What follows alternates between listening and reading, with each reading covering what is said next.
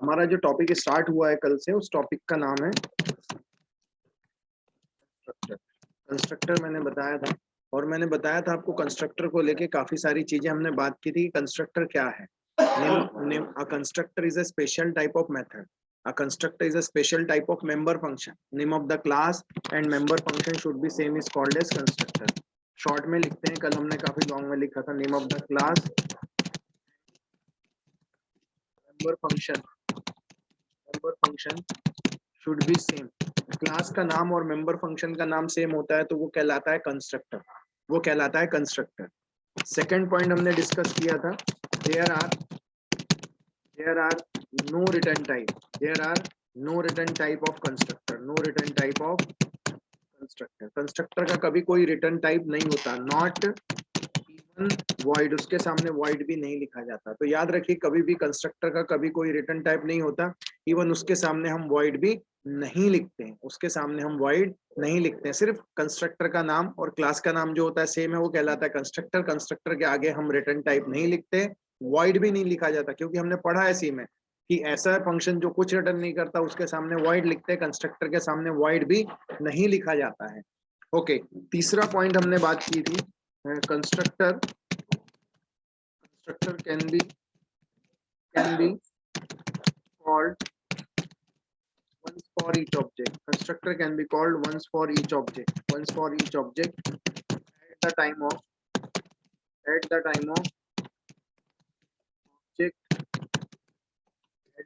Object creation. जब object बनता है उसी समय कंस्ट्रक्टर क्या होता है? कॉल होता है। उसी समय कंस्ट्रक्टर क्या होता है? कॉल होता है। So constructor can be called once for each object. हर ऑब्जेक्ट के लिए कितनी बार? एक बार। At the time of object creation, जब ऑब्जेक्ट क्रिएट होता है तभी कंस्ट्रक्टर क्या होता है? कॉल होता है। और वेरी वेरी वेरी इंपॉर्टेंट चीज जो मैंने बताया था, why we use the constructor.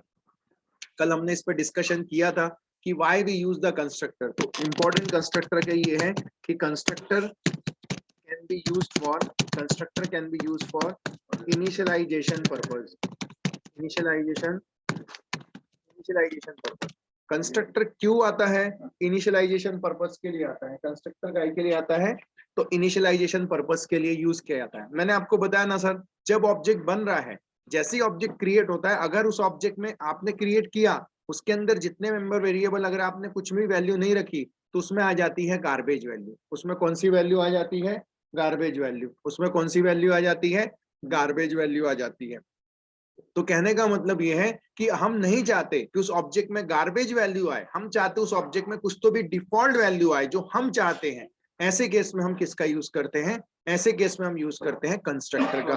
तो सर आपको कभी इंटरव्यू में पूछा गया तो ये पॉइंट बताना आपके लिए सबसे ज्यादा इंपॉर्टेंट है। ये इंपॉर्टेंट उतने नहीं है सर, ये बाकी के 3 पॉइंट जो हैं उससे ज्यादा इंपॉर्टेंट है। वो आपसे ये एक्सपेक्ट करता है कि why we use the constructor. तो आप बताना, अगर आपसे किसी ने पूछा तो आप उसको बाइफरकेट करके बताना। First you are explaining the what is constructor and second thing why we use the constructor. तो व्हाट इज कंस्ट्रक्टर आप ये बता देना कि क्या होता है। Name of the class and member function should be same is called as constructor. Even we can't write the return type. Okay, void भी नहीं लिखा जाता है। Constructor can be called once for each object at the time of object creation. इसके अलावा the important thing is that why we use the constructor. So constructor use for the initialization purpose. Constructor को initialization purpose के लिए use किया जाता है। आपसे पूछा जाएगा भाई ऐसी क्या जरूरत है जो कंस्ट्रक्टर को आप इनिशियलाइज कर रहे हो, तो आप आंसर देना कि सर जैसे ही हम ऑब्जेक्ट बनाते हैं, अगर हम ऑब्जेक्ट में कुछ वैल्यू नहीं रखेंगे तो उसमें उसकी जो वैल्यू आ जाएगी C++ में गार्बेज वैल्यू आ जाएगी। क्या आ जाएगी? Garbage value. हम नहीं चाहते गार्बेज वैल्यू आए, हम चाहते हम जो सेट करें ऑब्जेक्ट बनते बराबर उसमें एटलीस्ट वो वैल्यू क्या हो जाना चाहिए? सेट हो जाना चाहिए। वो वैल्यू क्या हो जाना चाहिए? सेट हो जाना चाहिए। ऐसे केस में हम किसका यूज करते हैं? कंस्ट्रक्टर का। And that's why reason constructor use for the initialization purpose. Sir आपको ये चीजें पॉइंट्स मिल जाएंगे, but why we use the, ये पॉइंट भी आपको शायद नोट्स में मिल भी जाएगा कि constructor use for the initialization purpose. लेकिन उसका इंपॉर्टेंस क्या है? उसको इनिशियलाइज क्यों किया जाता है? उसका आंसर, कॉन्क्रीट आंसर आपके पास होना चाहिए। तो उसका कॉन्क्रीट आंसर मैं आपको फिर से बता रहा हूं। Whenever we create any object in C++, inside that object there are lot of member variables. all the member variables default value is garbage value. So in sometimes we don't need the garbage value, we need the specific default value. In that case we don't we can use the constructor. So with the help of constructor, because constructor can be called automatically once for each object at the time of object creation. So whenever we are creating the name of the object, automatically it also called the constructor, and inside constructor we can set the value of that member variable and we can say कि हाँ sir देखो जैसे मैंने object बनाया वैसे ही उसमें value क्या हो गई, सेट हो गई. ओके. जबकि सर याद रखना, किसी ने आपसे पूछा कि सर कंस्ट्रक्टर तो एक ही बार कॉल हो रहा है, जबकि अगर वही चीज आप मेंबर फंक्शन बनाते हो तो उस मेंबर फंक्शन को आप जितनी बार चाहे उतनी बार कॉल कर सकते हैं. लेकिन सर इंपॉर्टेंट ये है कि मेंबर फंक्शन को कॉल करना पड़ता है लेकिन कंस्ट्रक्टर को कॉल नहीं करना पड़ता. मेंबर फंक्शन को जब तक हम कॉल नहीं करेंगे तब तक हम वैल्यू उस ऑब्जेक्ट में सेट नहीं कर पाएंगे, जबकि कंस्ट्रक्टर के केस में हम बिना कॉल किए भी मेंबर फंक्शन को हमारी वैल्यू उस ऑब्जेक्ट के लिए क्या हो जाएगी, सेट हो जाएगी. Are you getting it? समझ में आ रहा है सभी को? Yes sir. Okay. Pranay, Simi, Swati? Yes, sir. Okay.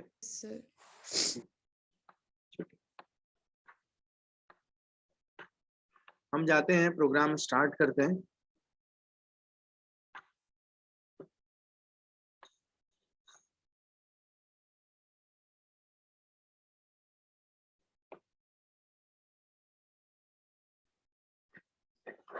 चलिए मैं पहला एग्जांपल लेने जा रहा हूँ.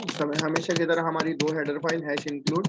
देखो सर मैं डबल कोट्स में लेता हूँ, आप एंगल ब्रैकेट में भी ले सकते हैं, दोनों में कोई प्रॉब्लम नहीं है. थोड़ा डिफरेंस है लेकिन प्रॉब्लम कुछ नहीं है, लेकिन आप चाहो तो एंगल ब्रैकेट में ही लेना. .h और हम जाते हैं, हम बनाते हैं क्लास कॉम्प्लेक्स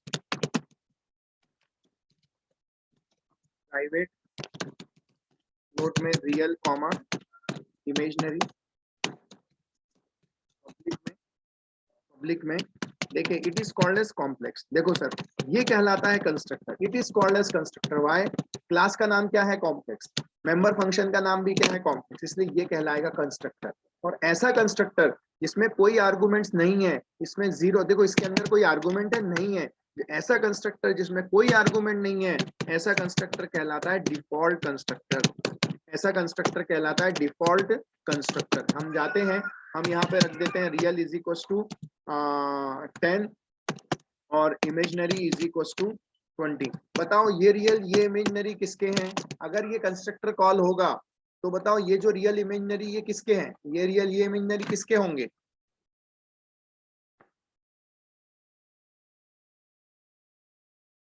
किस ऑब्जेक्ट के होंगे?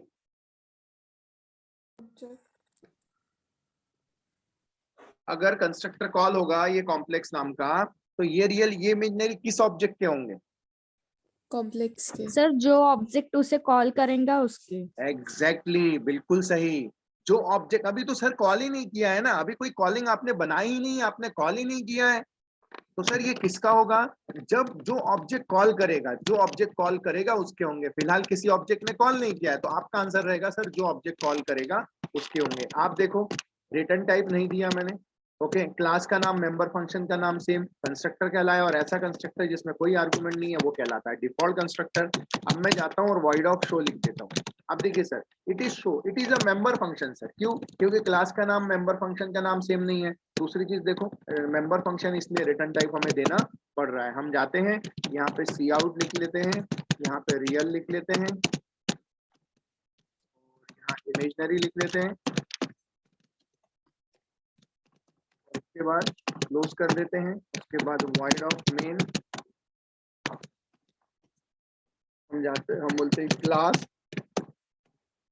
कॉम्प्लेक्स और मैं लिखता हूं सर C1. सर आप जैसे ही C1 लिखोगे ना सर, ये ऑब्जेक्ट के अंदर भी कोई आपने कोई आर्गुमेंट नहीं करी, तो जैसे ही ये लाइन जब एग्जीक्यूट होगी ना सर, ये वाली लाइन, वैसे ही क्या होगा, ये इसमें कोई आर्गुमेंट नहीं तो इसके लिए ये वाला कंस्ट्रक्टर कॉल होगा. ये वाला मतलब डिफॉल्ट कंस्ट्रक्टर.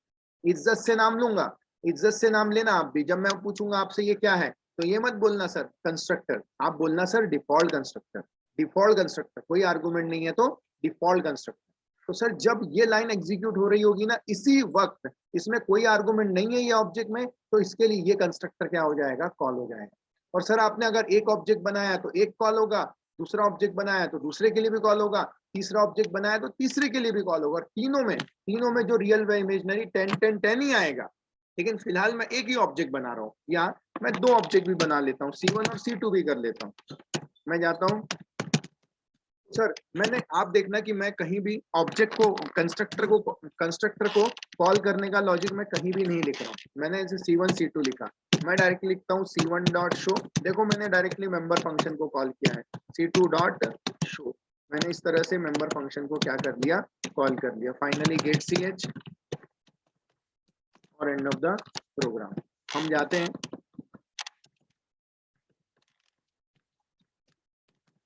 Constructor, okay. अब देखिए कैसा है सर, मैंने बना लिया। अब देखो मैं कॉल कर, मैं F7 नाम की फंक्शन की प्रेस करता हूँ, जाता हूँ, देखो ये लाइन में आया। कितने ऑब्जेक्ट बन रहे हैं, दो। आप देखना वो कंस्ट्रक्टर कितनी बार कॉल होगा, दो बार, क्योंकि कोई आर्गुमेंट्स नहीं है। जब कोई आर्गुमेंट नहीं तो ऐसे केस में वो कंस्ट्रक्टर कितनी बार कॉल होगा, वो constructor, just a minute sir,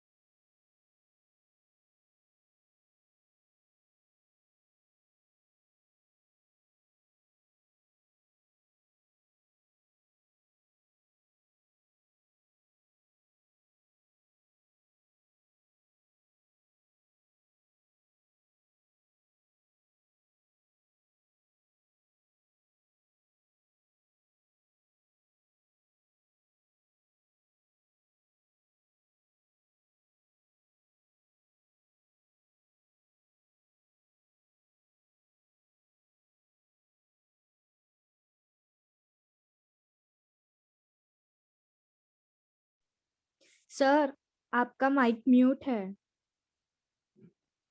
sorry, चलो मैं फिर से कंपाइल करके दिखाता हूँ। देखिए मैंने क्या किया, अब आवाज आ रही है मेरी, yes sir. Okay.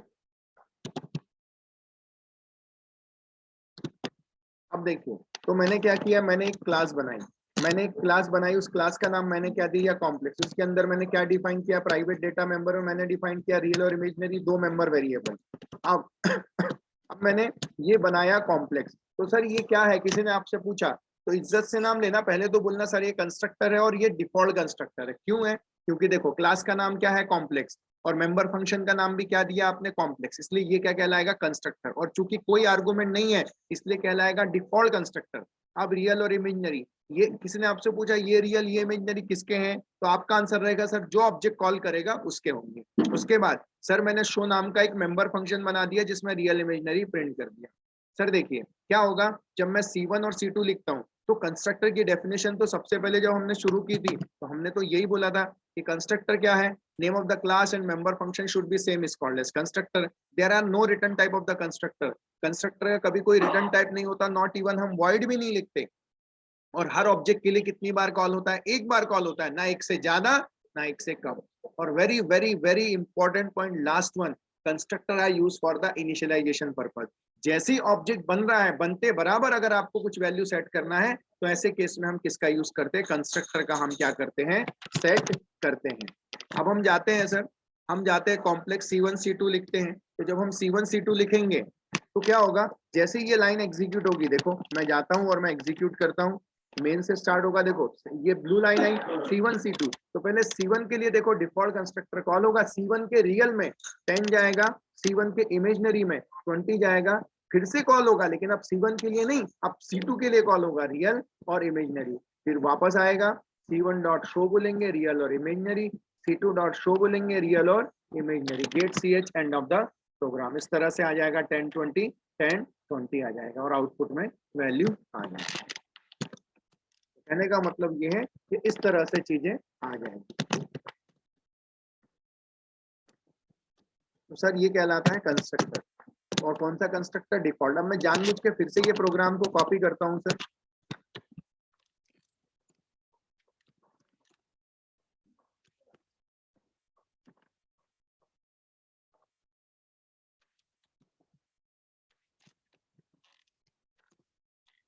Class complex मैं जाता हूं, मैं यहाँ पे ना थोड़ी देर के लिए कंस्ट्रक्टर ही हटा देता हूँ। सोचिए सर, अगर मैंने कंस्ट्रक्टर हटा दिया तो कंस्ट्रक्टर, ऑब्वियस सी बात है, जब कंस्ट्रक्टर हटा देंगे तो अभी भी सर ऑब्जेक्ट क्रिएट होगा, लेकिन अब कंस्ट्रक्टर कॉल होगा नहीं, तो रियल और इमेजिनरी में कोई वैल्यू सेट होगी नहीं। और जब रियल इमेजिनरी में कोई वैल्यू सेट होगी नहीं और हम डायरेक्टली अगर इस शो नाम के मेंबर फंक्शन को कॉल करेंगे तो पता है उसमें आप 10 20 तो आएगा ही नहीं, क्योंकि आपने तो कंस्ट्रक्टर हटा दिया है। तो ऐसे केस में जब मैं डायरेक्टली रन करूंगा तो आप देखिए, जब आप देखेंगे मैं या रन करके दिखाऊंगा आपको, तो देखो C1 डॉट शो हुआ real imaginary, C2 dot show हुआ रियल इमेजिनरी। सर कोई वैल्यू नहीं थी, इसीलिए उसमें आ गई गार्बेज वैल्यू। ये जो वैल्यू आपको दिख रही है ना सर, ये वैल्यू कहलाती है गार्बेज वैल्यू। जब हम वैल्यू रखेंगे नहीं, पहली वाली वैल्यू जो है, पहला पार्ट रियल इमेजिनरी, सेकंड वाली रो में पहला part real second part imaginary, तो ये कहलाती है गार्बेज वैल्यू। तो सर अगर आपकी ऐसी डिमांड है कि ऑब्जेक्ट क्रिएट होते बराबर आपको उसमें कुछ वैल्यू सेट करना है, तो ऐसे केस में आप क्या करोगे? कंस्ट्रक्टर को कॉल करोगे। अब हम आगे बढ़ते हैं।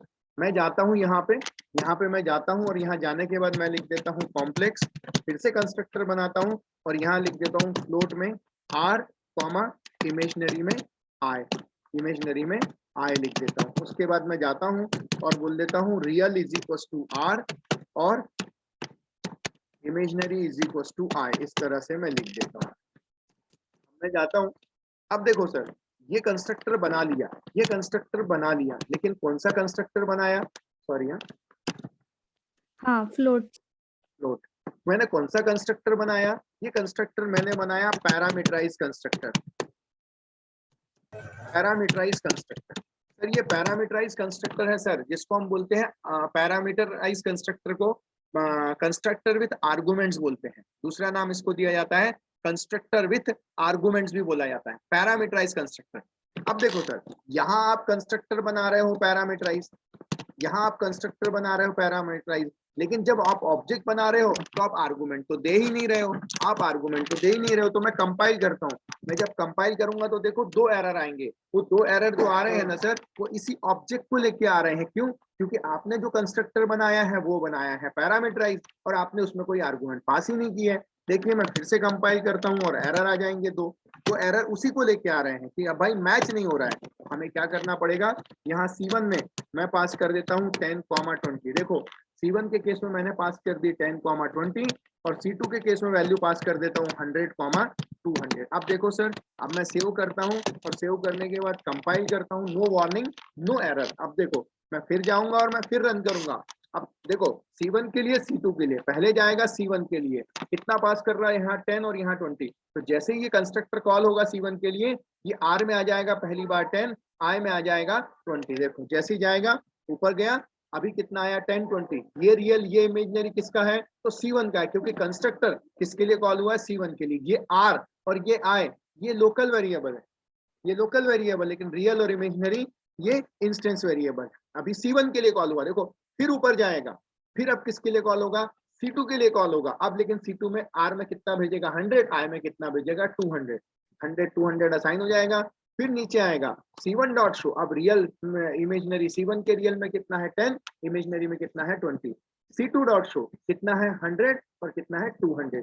और उसके बाद get CH end of the program, get CH end of the program. इस तरह से हमारा प्रोग्राम ये डी एंड हो जाएगा और अभी भी उनकी डिफॉल्ट वैल्यू हम अपने हिसाब से क्या कर पाए? सेट कर पाए। ऐसा कंस्ट्रक्टर जिसमें कितनी आर्गुमेंट्स थी, ऐसा कंस्ट्रक्टर जिसमें आर्गुमेंट्स थी, वो कहलाया कौन सा कंस्ट्रक्टर? कंस्ट्रक्टर विथ आर्गुमेंट्स भी बोला जाता है, या फिर उसे ही बोला जाता है पैरामीटराइज कंस्ट्रक्टर। क्या बोला जाता है? पैरामीटराइज कंस्ट्रक्टर बोला जाता है। हम इसको भी कमेंट कर देते हैं सर। अब देखिए सर, हमने डिफॉल्ट कंस्ट्रक्टर पढ़ा, हमने पैरामीटराइज कंस्ट्रक्टर पढ़ा। अब मैं जाता हूँ, मैं फिर से वो डिफॉल्ट वाला भी रखता हूँ। देखो ये डिफॉल्ट कंस्ट्रक्टर है, मैं जाता हूँ यहाँ पे एक और कंस्ट्रक्टर बना लेता हूँ कॉम्प्लेक्स, और यहाँ पे पास कर देता हूँ फ्लोट में आर और फ्लोट में आई, आर और आई पास कर देता हूँ, और यहाँ लिख देता हूँ real is equal to R और imaginary is equal to I, और यहाँ कर देता हूँ क्लोज। इस तरह से ये हो जाएगा क्लोज। अब देखो सर, ऊपर बनाया मैंने डिफॉल्ट कंस्ट्रक्टर और यहाँ मैंने बनाया पैरामीटराइज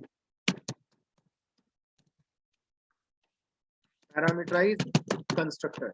तो यहाँ बनाया पैरामीटराइज कंस्ट्रक्टर, ऊपर बनाया डिफॉल्ट कंस्ट्रक्टर। ऐसा पर्टिकुलर कंसेप्ट जिसमें एक से ज्यादा कंस्ट्रक्टर हो, ऐसी क्लास जिसमें एक से ज्यादा कंस्ट्रक्टर हो, ऐसे पर्टिकुलर कंसेप्ट को, एक से ज्यादा कंस्ट्रक्टर हो तो ऐसे पर्टिकुलर कंसेप्ट को बोला जाता है कंस्ट्रक्टर ओवरलोडिंग। क्या बोला जाता है? Constructor overloading. Why constructor overloading? We are define more than one constructor within a single class. एक से ज्यादा कंस्ट्रक्टर में हम क्या कर रहे हैं कि एक से ज्यादा कंस्ट्रक्टर हम एक ही क्लास के अंदर डिफाइन कर रहे हैं, तो ये कहलाता है कौन सा कंस्ट्रक्टर? Constructor overloading. अब देखो C1 में आर्गुमेंट पास नहीं करूंगा और C2 में आर्गुमेंट पास कर देता हूँ। C2 में पास कर देता हूँ 100, 200। अब ध्यान दो, C1 में पास नहीं किया, तो जब मैं C1 में पास नहीं किया तो C1 के लिए कौन सा कंस्ट्रक्टर कॉल होगा? ये डिफॉल्ट कंस्ट्रक्टर कॉल होगा सर, ये डिफॉल्ट वाला। C2 में आर्गुमेंट पास किया हूं तो कौन सा कॉल होगा? ये आर्गुमेंट वाला कंस्ट्रक्टर क्या होगा? कॉल होगा। चलिए मैं जाता हूं, देखो मेन से स्टार्ट करता हूं। पहले C1 की तरफ देखना, देखो डिफॉल्ट में जाएगा और रियल गया,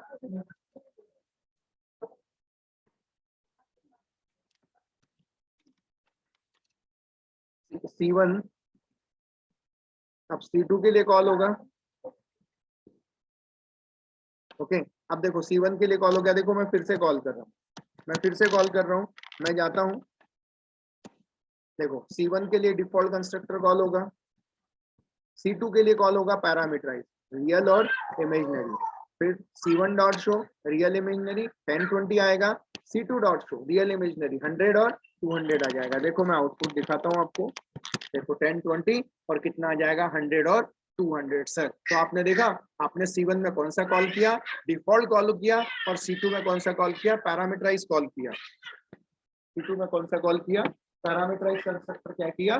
कॉल किया। करेक्ट। तो ऐसे पर्टिकुलर कंस्ट्रक्टर, एक से ज्यादा कंस्ट्रक्टर है तो वो कहलाएगा कंस्ट्रक्टर ओवरलोडिंग। ऐसा पर्टिकुलर कंसेप्ट कहलाएगा कंस्ट्रक्टर ओवरलोडिंग। बताओ सर, यहां तक कोई डाउट है क्या? No sir. No sir. Clear No, है? sir. Yes sir. Yes, sir. Fine. Yes, sir. तो कंस्ट्रक्टर हमने पढ़ा, व्हाट इज कंस्ट्रक्टर। अब हम दो प्रकार के कंस्ट्रक्टर पढ़ चुके हैं। एक पढ़ चुके हैं कंस्ट्रक्ट डिफॉल्ट कंस्ट्रक्टर, और एक पढ़ चुके हैं पैरामीटराइज कंस्ट्रक्टर। पैरामीटराइज कंस्ट्रक्टर पढ़ चुके हैं। अब सर आपको कुछ और चीजें मुझे बताना है। वो क्यों? क्योंकि मैं आपको बताना चाहता हूँ इन C++ there are three types of constructor. There are three types of constructor. पहला है default constructor, default constructor. Second constructor वो है पैरामीटराइज, पैरामीटराइज कंस्ट्रक्टर। और जो थर्ड आता है, जो थर्ड आता है वो आता है कंस्ट्रक्टर, सॉरी थर्ड आता है कॉपी कंस्ट्रक्टर, कॉपी। लेकिन मुझे आपको कॉपी कंस्ट्रक्टर बताने से पहले, मुझे आपको कॉपी कंस्ट्रक्टर बताने से पहले एक कंसेप्ट बताना है, और उस कंसेप्ट का नाम है call by alias, call by alias in C++। मुझे पहले आपको ये पढ़ाना पड़ेगा, मुझे बताना पड़ेगा कि कॉल बाय अलाइज क्या होता है। पहले मुझे बताओ यहाँ तक जितना हो गया है डिफॉल्ट कंस्ट्रक्टर, जस्ट मिनट से ना, एक बार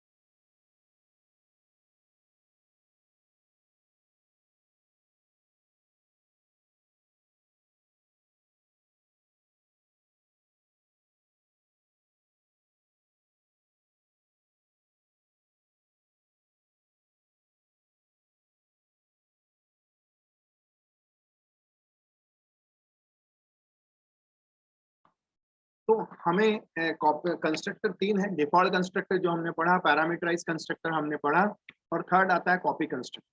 लेकिन कॉपी कंस्ट्रक्टर पढ़ने से पहले हमें पढ़ना पड़ेगा कि कॉल बाय अलाइज क्या होता है सी प्लस प्लस। चलिए इसके बारे में थोड़ा सा इंट्रोडक्शन देना स्टार्ट करते हैं। सर, कॉल बाय अलाइज एक ऐसा कंसेप्ट है जो सी प्लस प्लस ने एक प्रोग्राम में सिर्फ इंट्रोड्यूस किया। ध्यान से सुनना, सी प्लस प्लस ने एक प्रोग्राम में इंट्रोड्यूस किया, लेकिन जब आगे की जितनी भी प्रोग्रामिंग लैंग्वेज देखोगे, चाहे वो जावा देखो, कोई भी ऑब्जेक्ट ओरिएंटेड प्रोग्रामिंग देखो, पूरा का पूरा कॉल बाय अलाइज ही चलता है। एक्चुअली कॉल बाय अलाइज क्यों आया और उसके पीछे रीजन क्या है, हम थोड़ा सा समझने की कोशिश करते हैं। हम थोड़ा सा ना बैक टू पवेलियन जाते हैं, और बैक टू पवेलियन में मैं क्या करता हूँ, एक प्रोग्राम बनाता हूँ, void ऑफ मेन से स्टार्ट करता हूँ, और यहाँ पे मैं लिखता हूँ इंट सपोज करो num1 इज इक्वल टू 10 ले लेता हूँ, comma num2 is equal to 20 ले लेता हूँ, कॉमा r नाम का एक वेरिएबल ले लेता हूँ। और मैं क्या करता हूँ, मैं जाता हूँ और यहाँ पे लिख लेता हूँ r इक्वल्स टू सम। ये कंसेप्ट मैं सी का बता रहा हूँ। एक num1 नाम का वेरिएबल पास करता हूँ, एक num2 नाम का फंक्शन कॉल किया। सर ये फंक्शन है सम नाम का, आप देख सकते हो, सम नाम का फंक्शन कॉल होगा।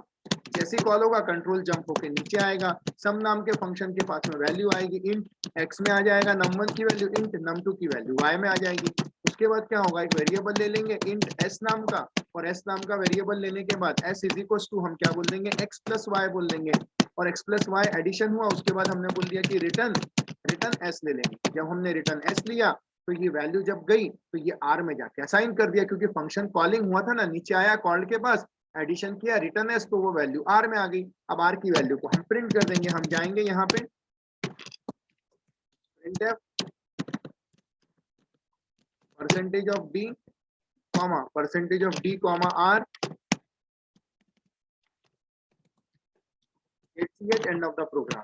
तो सर वो आर की वैल्यू, ये फंक्शन क्या रिटर्न कर रहा है, इंटीजर, इसलिए हम यहाँ पे लिख लेते थे इंटीजर। और फंक्शन का हम प्रोटोटाइप यहाँ बता देते थे कि फंक्शन का रिटर्न टाइप इंटीजर है, फंक्शन का नाम सम है, और कितनी आर्गुमेंट है, तो 2 आर्गुमेंट है, इंट कॉमा इंट। इस तरह से ये हो जाता है। सर मैं आपको ये बोलना चाहता हूँ, जब ये प्रोग्राम चला, उन्होंने एडिशन किया, तो ये एडिशन करते करते एग्जैक्टली कितने वेरिएबल क्रिएट हुए ये समझने की कोशिश करते हैं। देखो, अगर हम मेन प्रोग्राम में जाते हैं तो यहाँ पे 2 वेरिएबल होंगे। पहला वेरिएबल होगा num1 नाम का, जस्ट मिनट, इसको मैं थोड़ा साइड में रख देता हूँ। एक वेरिएबल होगा num1 नाम का, एक वेरिएबल होगा num2 नाम का, यहाँ पे एक वेरिएबल होगा r नाम का, यहाँ पे वेरिएबल क्रिएट होगा एक x नाम का, यहाँ पे वेरिएबल क्रिएट होगा एक y नाम का। इस तरह से वेरिएबल्स क्रिएट होंगे, और यहाँ पे हम वेरिएबल के नाम दे सकते हैं। इसको ले लेते हैं num1, इसको ले लेते हैं num2, और यहाँ पे हम वैल्यूज रख देते हैं। जैसे num1 में मैं रख देता हूँ 10 जो बताई गई थी, num2 में मैं रख देता हूँ 20, ओके। और इसका कुछ ना कुछ एड्रेस हो जाएगा। इसका एड्रेस ले लेता हूँ 6001, इसका एड्रेस ले लेता हूँ 7001, इस तरह से ले लेता हूँ, ओके। और ये r नाम का वेरिएबल क्रिएट होगा। उसी तरह से यहाँ पर भी 2 वेरिएबल क्रिएट होंगे, एक होगा x नाम का वेरिएबल क्रिएट होगा, एक y नाम का वेरिएबल क्रिएट होगा। इसका एड्रेस ले लेता हूँ, इसका एड्रेस मैं ले लेता हूँ, सपोज की बात है 1001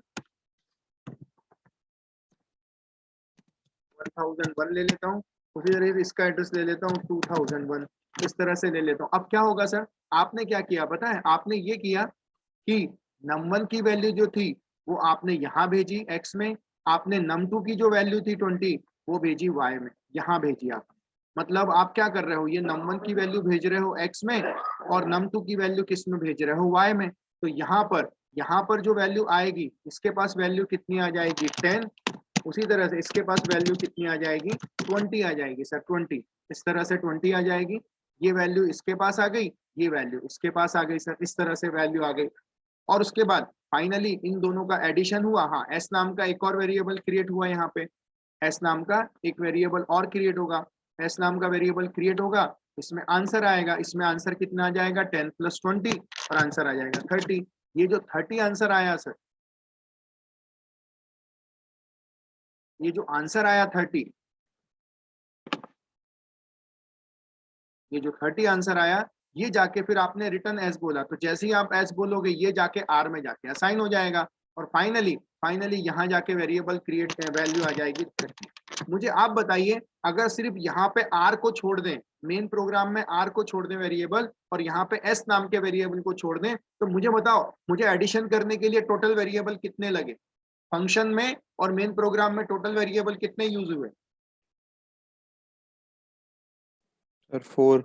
4 एग्जैक्टली। कितने यूज हुए बाकी लोग बताइए, कितने यूज हुए? भाग्यश्री, दीपाली, महिमा, 4 4 Simi, Swati. Okay, 4 sir. 4 variable का यूज किया गया। एग्जैक्टली 4 वेरिएबल यूज हुए सर। अब देखिए सर, मेरे कॉल बाय अलाइज की ताकत दी गई। ये जो प्रोग्राम बताने जा रहा हूँ ये सी में नहीं चलता सर, ये C++ में ही चलता हूँ। Void of main,